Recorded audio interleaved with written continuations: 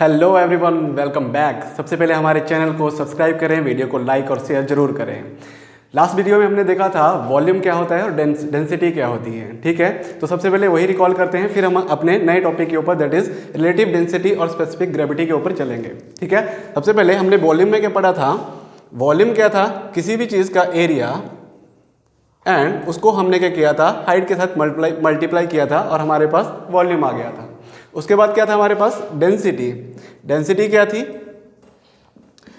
Density थी measurement of how tightly a material is packed, ठीक है, कि मतलब कितना टाइटली कोई भी मटेरियल पैक्ड है हमारे पास। और हमने तीन टाइप की डेंसिटी के बारे में बात की थी। फर्स्ट थी हमारे पास लीनियर डेंसिटी, जिसको हमने लैम्डा से डिनोट किया था।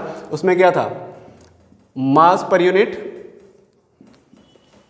लेंथ, यस, मास पर यूनिट लेंथ, ठीक है, जिसको हम कैसे मास अपॉन लेंथ से बताते थे, ठीक है। अब इसका यूनिट क्या है मास का? दैट इज केजी, लेंथ का मीटर, ठीक है, किलोग्राम पर मीटर इसका यूनिट था। सेकंड थी हमारे पास दैट इज सरफेस डेंसिटी, जिसको हमने किससे डिनोट किया था? सिग्मा से। और वो क्या था? मास per unit, mass per unit what? Surface, that is area, ठीक है। इसको हमने डिनोट किया था जैसे सिग्मा से, और sigma equal to mass upon area, ठीक है।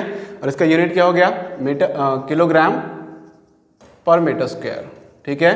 एरिया का यूनिट मीटर स्क्वायर। और लास्ट में थी हमारे पास दैट इज द वॉल्यूमेट्रिक, जिसको हमने रो से डिनोट किया था। और क्या होता है ये? मास पर यूनिट वॉल्यूम, और इसका यूनिट किलोग्राम पर क्यूबिक मीटर, ठीक है। इतनी बात क्लियर हुई। आज का जो हमारा टॉपिक है that is the relative density. Relative density को एक और नाम से जानते हैं दैट इज स्पेसिफिक ग्रेविटी। अब रिलेटिव डेंसिटी क्या होता है? It is the ratio of the density of the substance. ये क्या है? एक रेशो है किसका? Density of the substance to the density of the water at 4 degree Celsius, ठीक है। ये रेशो है डेंसिटी ऑफ द सबस्टांस और किसका? Density of the water at 4 degree Celsius. 4 degree Celsius के ऊपर हम वाटर की डेंसिटी कितनी होगी और सब्सटेंस की कितनी होगी, उसके रेशियो को हमने क्या बोला? That is the relative density. ये एक रेशियो है, तो क्या होता है? इसका कोई भी यूनिट नहीं होता, ठीक है। This is the unitless quantity, clear.